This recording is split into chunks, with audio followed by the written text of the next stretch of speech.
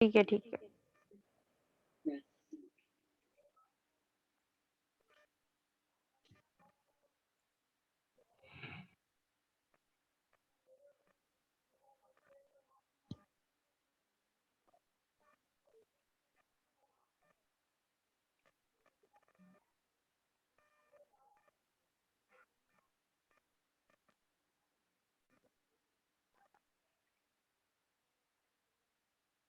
तो मैम मैं यहाँ से कंटिन्यू करूँ? अ, 1 मिनट। नहीं, मैंने ये चैप्टर रीड किया था, तो फिर मैं सीधे क्वेश्चन ही आपसे पूछ लेती हूँ, अगर आपको भी आता है ना?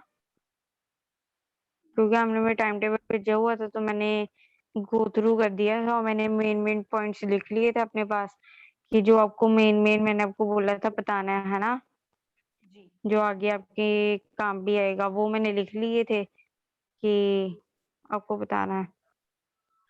तो मैं उनमें से ही आपसे पूछ लेती हूँ, फिर मैं पता लग जाएगा, हाँ आ गया आपको।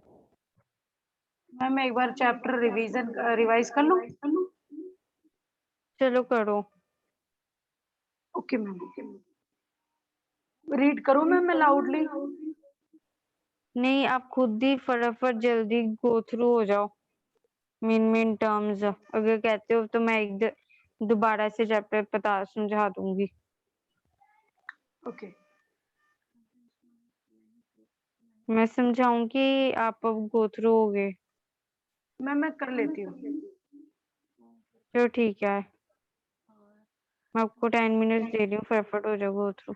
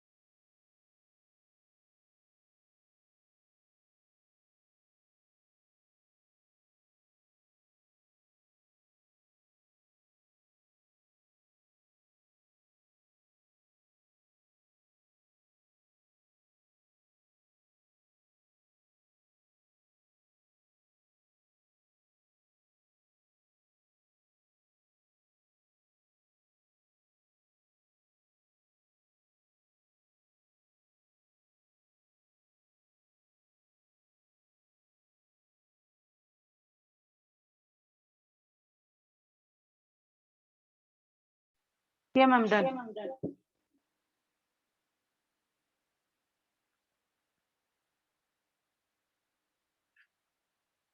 Hello hello. हाँ जी बच्चे, मैं सुन लिया मैंने। तो मैं क्वेश्चन पुट करूँ अब आपको। जी हम्म, पहले तो बताओ what is constitution. Yes ma'am. What is constitution.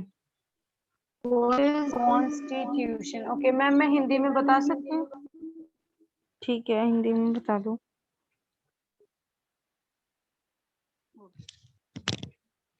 Ma'am constitution वो होता है जैसे कि गवर्नमेंट ने कुछ निकाला है और उसे हमें फॉलो करना है, कंस्टिट्यूट यानी कैसी भी कंडीशन उसे हमें फॉलो करना है। हम्म, यही आएगा। वो जो स्पेसिफिक कंडीशंस है ना, आप ऐसे ना बोलो कि स्पेसिफिक कंडीशन एक पर्टिकुलर वर्ड होता है, लॉज कह दो या फिर रूल्स कह दो। मतलब रूल्स जो गवर्नमेंट बनाते हैं और फिर उनको हम्म हमारे ऊपर अप्लाई करते हैं, फिर उन्हें लॉ का नाम दे दिया जाता है। और उनको मतलब कॉन्स्टिट्यूशन कहते हैं मेनली। कॉन्स्टिट्यूशन कहते हैं, ओके। लॉ वर्ड यूज करा करो। अच्छा, तो बताओ वो क्या है मनुस्क्रिप्ट्स। मैम एक बार दोबारा आप रिपीट कर दो। मनुस्क्रिप्ट्स।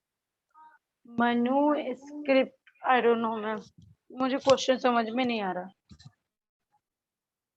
मैं आपको, रुको तेरी चैट बॉक्स।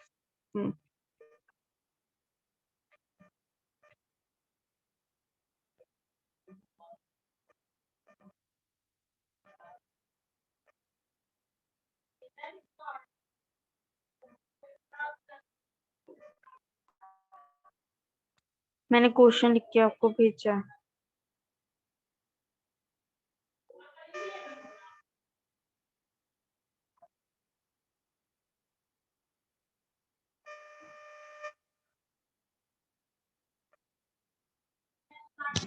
मैम मैम पता नहीं मनुस्क्रिप्ट क्या होता है, मुझे नहीं पता।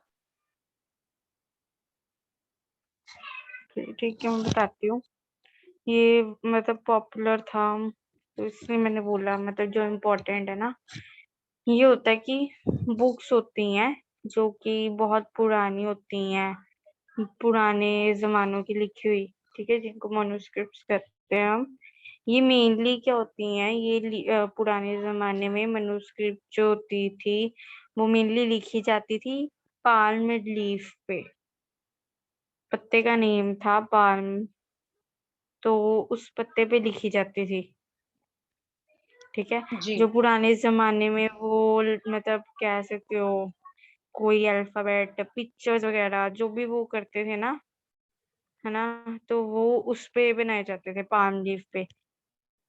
तो ये रिलीजन बेस भी होते थे, ठीक है, मतलब कह सकते हैं पिक्चर्स टाइप भी होते थे, ठीक है, हर टाइप के होते थे।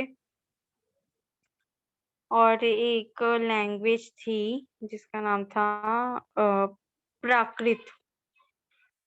प्राकृत नेम था वो लैंग्वेज का, ठीक है, जो कि हर एक हर एक पीपल मतलब हर एक जाना ना वो लैंग्वेज यूज करता था, बोलता था उस टाइम पे जब ये मोनोस्क्रिप्ट्स होते थे। ये लैंग्वेज है PRAKRIT, जी प्राकृत। ये लैंग्वेज हर एक जना कॉमनली जो था वो यूज करता था to interact each other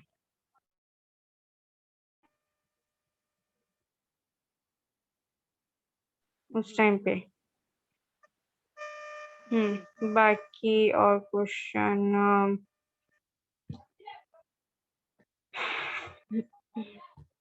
okay, where did the people live.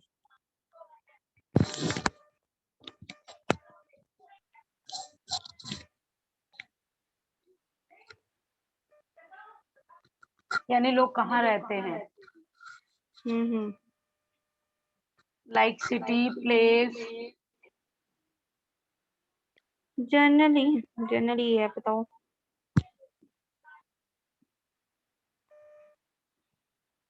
मतलब लाइक चलो क्या कह रहे हो? मैं बोल रही हूँ मैम, जैसे कि घर, घर में, और बिल्डिंग्स में। घर में तो रहते ही थे, मतलब बिल्डिंग्स वगैरह तो चलो तब वो नहीं होती थी ना। तो मेरे कहने का मतलब जैसे वो रह लेते थे तो जीवन झोपड़ी में, है बना ना। के रहते थे वो लोग। हाँ, झोपड़ी झोपड़ी से भी पहले का है ये जमाना। पहले की बात हो रही है जब झोपड़ी भी नहीं होती थी। जैसे गुफा नहीं होती, वैसे पर उनमें रह लेना। जी जी जी। वो वाले जनरेशन की बात कर रही हूँ।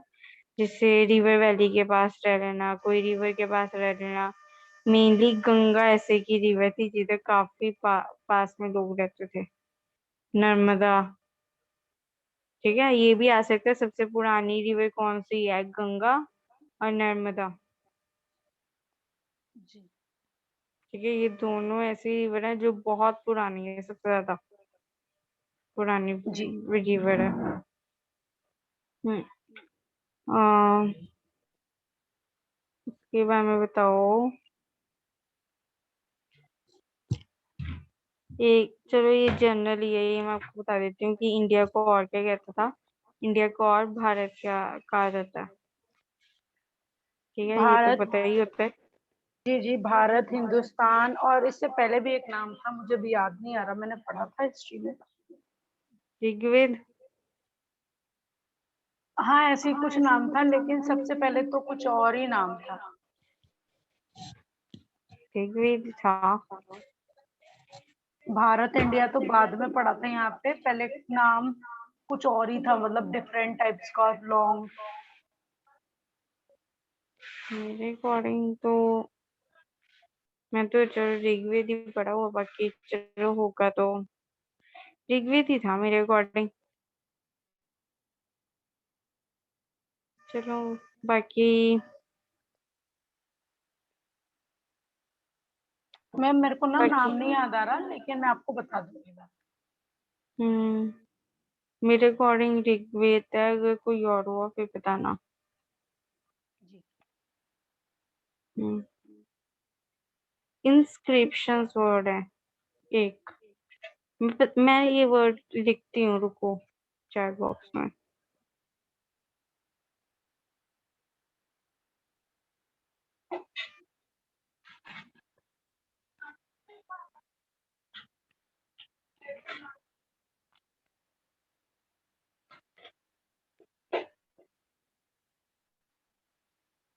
ये वर्ड के बारे में पता है आपको?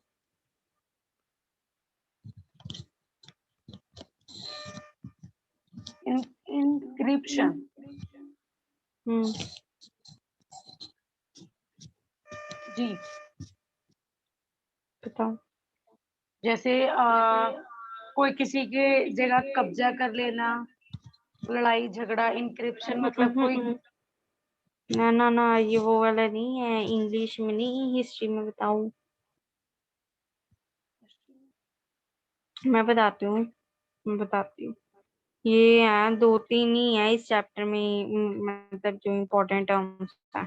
बाकी चैप्टर्स, क्योंकि स्टार्टिंग वाला चैप्टर आपको पता ही है थोड़ा लीनियंट होता है ना, इजी होता है। तो इंक्रिप्शन वर्ड ये यही है। इसको कह सकते हैं, ये एक राइटिंग थी जो कि एक, मतलब कह सकते हैं पत्थर था। बहुत हार्ड सरफेस था ये, जिसके ऊपर लिखा रहता था। ठीक है, वो हार्ड सरफेस जैसे कि हो गया स्टोन, हो गया कोई कोई मेटल की चीज होगी, कोई भी ऑब्जेक्ट होगी जो कि हार्ड था। ठीक है, जी। उनको कहते थे हम इंक्रिप्शंस, क्योंकि वो हार्ड इंक्रिप्शन। सरफेस पे ही लिखा जाता था और उसको ही कह देते थे इंक्रिप्शंस। जी। ठीक है, बाकी अगर कहोगे तो मैं ये मनुस्क्रिप्ट से इंक्रिप्शन की आपको एक्सप्लेनेशन सेंड कर देती हूँ, अगर बोलते तो। जी मैम, आप मुझे सेंड कर देना। तो ठीक है, मैं ढूंढ के ना, नहीं तो अपनी वर्डिंग में आपको सेंड कर दूंगी। ठीक है। जी बाकी एक और था आपका, कौन सा था टर्म, एक मिनट। हम्म एक वो था, डॉक्यूमेंट टाइप होता था, रिकॉर्ड रखते थे, मतलब जिसमें रिकॉर्ड रखा जाता पास्ट का, उसको बोलते थे literary resource, literary source. Source. Source. हम्म ये जिसमें मतलब पुराने रिकॉर्ड्स रखे जाते थे पास्ट के, जी उसको बोलते हैं। तो यही थी टर्म्स, 3 टर्म्स थी जो बहुत इंपॉर्टेंट थी चैप्टर की। बाकी वो छोटे मोटे पॉइंट जो आपको बता दिए हैं, है ना, कि 2 रिवर्स पुरानी कौन सी हैं, जी वो बता दिए। और एक फूड के बारे में टॉपिक था कि 2 क्रॉप्स थी जो कि ग्रो करती थी, 8,000 पुरानी थी जो अब भी ग्रो करती है।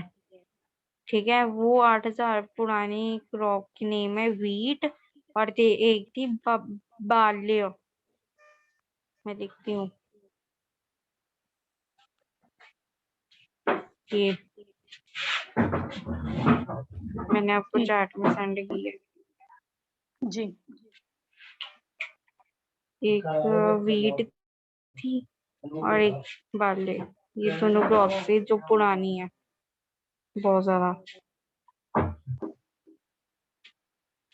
और इसमें पॉइंट मेन था कि जो हिमालय माउंटेन थे इधर, तो वो एक बैरियर का काम करते थे, मतलब रुकावट, रुकावट थे। ठीक है, कि इनके बीच में कह सकते हैं ना, जैसे कि दीवार आप खड़ी कर दो एक साइड, तो उसके एक साइड कोई और सामान, और एक मतलब एज ए बैरियर, बैरियर समझते हो ना कि नहीं? नहीं। मैं बताती हूँ। हिमालय माउंटेन, कोई माउंटेन था, माउंटेन के आगे जैसे इंडिया था, ठीक है, और पीछे जो था वो था सेंट्रल एशिया। तो जो वो हिमालय था वो एक मतलब रुकावट का काम कर रहा था, कि मतलब जैसे इंडिया के सारे जाने उस साइड नहीं जा सकते, एशिया वाले साइड, क्योंकि माउंटेन आ जाता था, और माउंटेन को पार करना इजी तो है नहीं, है ना। तो वो जी माउंटेन जो है वो क्या काम कर रहा है, एज ए बैरियर, बैरियर काम कर रहा है between India and Central Asia.